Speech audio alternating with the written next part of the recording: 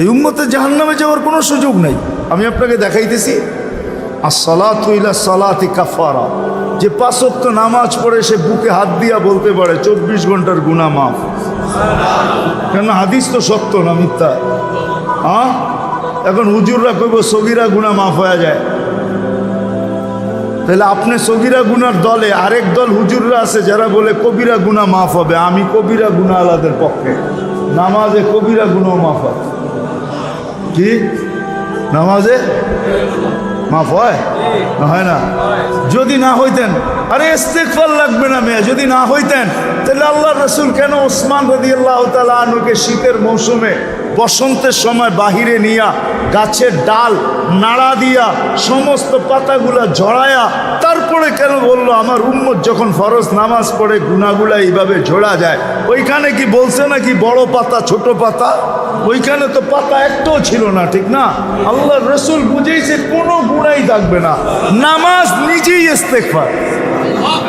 আবার ইস্তেগফার কি? নামাজ নিজেই ইস্তেগফার, নামাজ নিজেই, নামাজ নিজেই জিকির। জিকির আছে কি?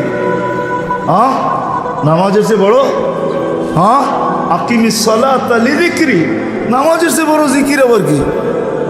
নামাজ নিজেই ইস্তেগফার, নামাজ নিজেই, নামাজ নিজেই সুয়াশের অ্যাকশন না খালি। আপনি নামাজ চিনেন?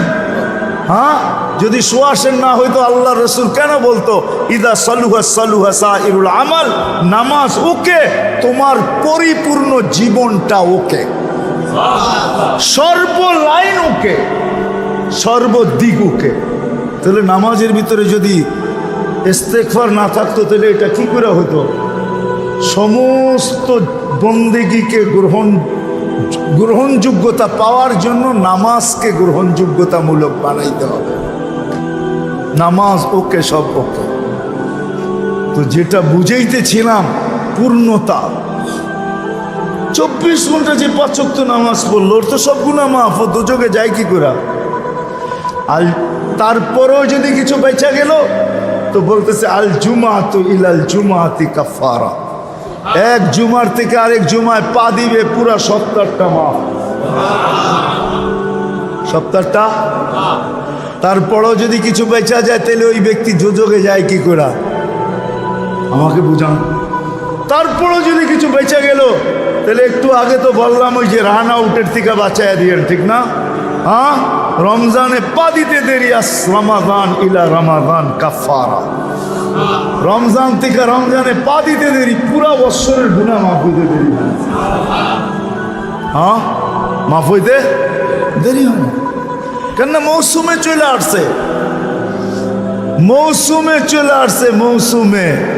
হ্যাঁ, আমরা তো ভাবি না প্রত্যেক ইফতারির সময় আল্লাহ 70,000 লোককে জাহান্নাম থেকে মুক্তি দেন। হ্যাঁ, আপনি মনে করবেন 70,000 মুক্তি পায় নাকি? হ্যাঁ, হুজুররা খুব হাদিসে তো 70,000 আছে। আমি বলবো না, 70,000-এর যেরম এই প্রবাদ বাক্যটা সত্য, শিশুর পিতা ঘুমিয়ে আছে সব শিশুরই অন্তরে, আমিও বলবো 70,000-এর পিঠে আরো কয়েক 70,000 ঘুমায় আছে।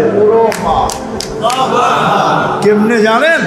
এই 70,000 কিয়ামতের দিন ওইটা দাঁড়াবে আর বলবে আল্লাহ অধিকার দিবে সুপারিশের, এরা দাঁড়াবে আর সুপারিশ করে কয়েক 70,000 নেওয়া যাবে, ঠিক না?